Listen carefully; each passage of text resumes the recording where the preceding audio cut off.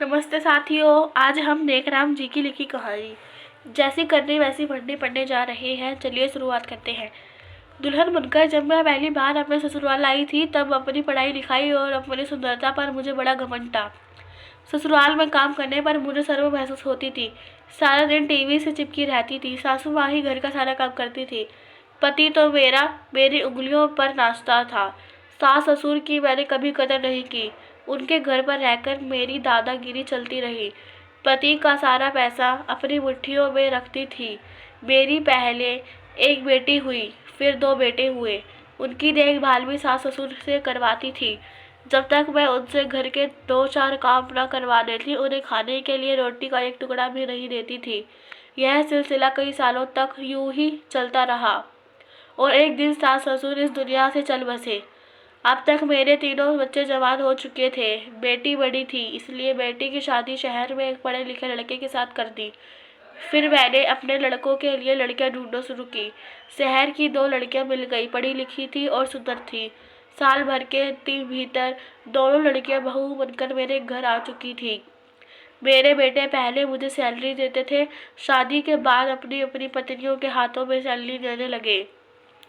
दोनों बहुएं ऑनलाइन से खाना मंगवाती और बिस्तर पर बैठी बैठी दिन भर खाती रहती और सारा दिन मोबाइल में लगी रहती। मैं सारा दिन भूखे ही घर में अपना समय बिताती, बहुओं के कपड़े धोती। जब कभी मैं गुस्से में उन्हें धमकाती तो वह दोनों बहुएं दहेज मांगने के आरोप में मुझे जेल भेजने की धमकी देती।